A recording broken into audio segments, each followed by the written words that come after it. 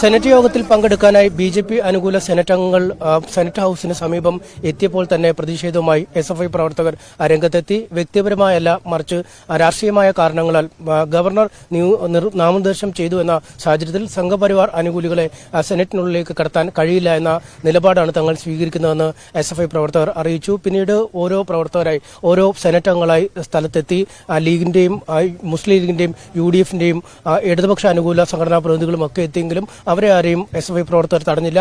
അവർ senate യോഗത്തിലേക്ക് പോവുകയും ചെയ്തു. ഇതിനു പിന്നാലെ ഏതാണ്ട് അരമണിക്കൂറോളം പോലീസ് സമരക്കാരുമായി ചർച്ച നടത്തി. ഒടുവിൽ പ്രതിഷേധക്കാരെ അറസ്റ്റ് ചെയ്ത് നീക്കുന്നതിനുള്ള ശ്രമങ്ങൾ ആരംഭിച്ചു. 10:45 ആയപ്പോഴേക്കും മുഴുവൻ പ്രവർത്തകരെയും അറസ്റ്റ് ചെയ്ത് നീക്കിയിരുന്നു. എന്നാൽ ആ സമയത്തേക്കും സെനറ്റ് യോഗം അവസാനിപ്പിച്ച് നേരത്തെ സെനറ്റ് ഹാളിലേക്ക് പോയ അംഗങ്ങൾ താഴേക്ക് എത്തുകയായിരുന്നു. വളരെ നാടകീയമായ രംഗങ്ങളാണ് ഇന്നത്തെ സെനറ്റ് യോഗത്തിലും നടന്നത്. കാര്യമായ ചർച്ചകൾ ഇല്ലാതെ അജണ്ടകൾ പാസാക്കുന്നുവെന്നാരോപിച്ച് സെനറ്റ് യോഗത്തിൽ മുസ്ലിം ലീഗിന്റെയും കോൺഗ്രസിന്റെയും അംഗങ്ങൾ രംഗത്തെത്തി. ഇതേ തുടർന്ന് യോഗം കയ്യാങ്കളിയിലേക്ക് നീങ്ങുകയായിരുന്നു.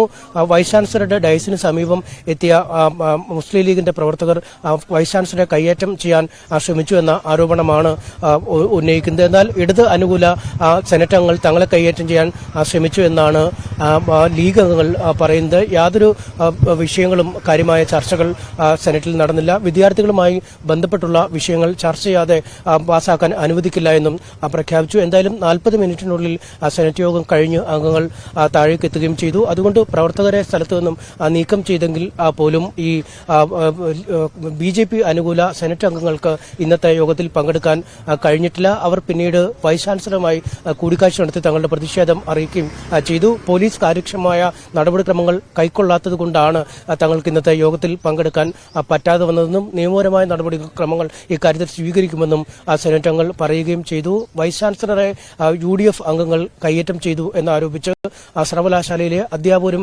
ജീവനക്കാരും അടക്കുന്ന സംഘടന പ്രതിഷേധം നടത്തുകയും ചെയ്തു. എന്തായാലും പ്രവർത്തകരെ അറസ്റ്റ് ചെയ്ത് നീക്കുകയും ചെയ്തു. സെനറ്റ് അംഗങ്ങൾ പൂർണ്ണമായും ക്യാമ്പസിൽ നിന്നും മടങ്ങുകയും ചെയ്തിട്ടുണ്ട്.